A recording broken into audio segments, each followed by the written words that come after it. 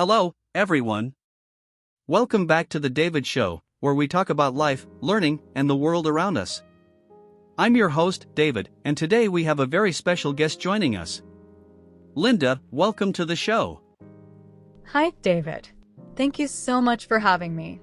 It's such a pleasure to be here. The pleasure is all mine. How have you been lately?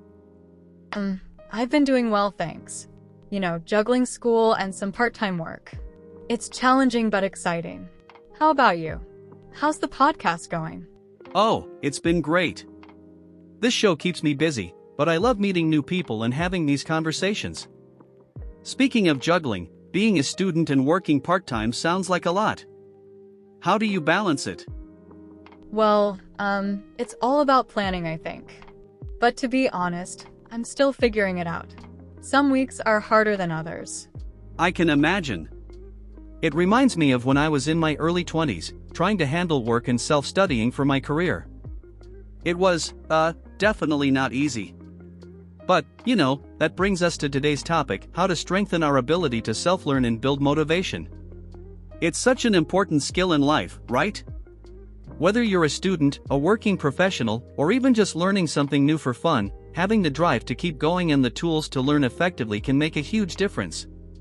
So, I thought it would be interesting to explore this together, especially since you're a student balancing so many things. I think today's topic is so important, how to improve self-study and stay motivated. Absolutely. So, let's dive into it. I'll start with a simple question. What does self-learning mean to you? To me, self-learning means taking responsibility for your own growth. Like, not waiting for a teacher or someone else to push you. It's about being curious and disciplined enough to explore things on your own. Yep, that's a great way to put it. I agree. But, sometimes it's easier said than done. Do you find it difficult to stay motivated when you're studying by yourself? Oh, definitely. I think we all do at some point, right? For me, the hardest part is when I don't see immediate results. It's frustrating when you're putting in the effort, but it feels like progress is slow. Yeah, I get that. It's like going to the gym, you don't see the muscles right away. What do you do when you feel that way? I try to remind myself of the bigger picture. Like, why am I studying this? What's my goal? And sometimes I reward myself for small achievements, even if it's just finishing a chapter or solving a problem. What about you? How do you keep going when things get tough? Good question. I think for me, it's about breaking things into smaller tasks. If I'm learning something new, I don't aim to master it in one day. I set, smaller, realistic goals and focus on one step at a time. That's smart. I've tried that too, but sometimes, I get distracted. Do you ever deal with distractions? Oh, all the time. Especially when working from home. My phone is my biggest enemy. I actually started putting it in another room while I study. Haha, same here. I even downloaded one of those apps that block social media for a while. It's surprisingly effective. It is. So, we've talked about motivation and staying focused, but what about, resources?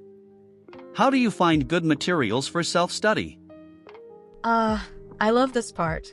I usually look for online courses, videos, or even podcasts like yours. Sometimes, I just Google questions I have and explore different articles or forums. What about you? Any favorite resources? I'm a big fan of YouTube. There are so many channels that teach everything from cooking to coding. And, of course, books. Nothing beats a good book when you really want to dive deep into a subject. True. Do you ever feel overwhelmed by the amount of information out there, though? Like, how do you decide where to start? That's a great question. I think it's important to start with something simple and build from there. For example, if I'm learning a new language, I focus on the basics first, like greetings or common phrases, before moving on to grammar rules. Yeah, that makes sense. I actually do something similar when learning new topics. I start small and then, challenge myself with harder materials. Exactly. It's like building a house, you need a strong foundation. Speaking of which, do you think it's important to have a study routine? Absolutely. Without a routine, it's easy to lose track of time. I try to study at the same time every day, even if it's just for 30 minutes. Do you follow a routine too? I do. Especially for this podcast. I block out certain hours in the day for research, recording, and editing. Otherwise, things can get chaotic. That's inspiring. I think having a routine really helps with consistency. It does. And, before we wrap up, one last question. If you could give one piece of advice to someone struggling with self-learning, what would it be? I would say, don't be too hard on yourself. Progress takes time, and it's okay to make mistakes along the way. Just keep going, even if it's little by little. I love that. It's all about persistence, right? Exactly. Well, thank you so much for joining me today.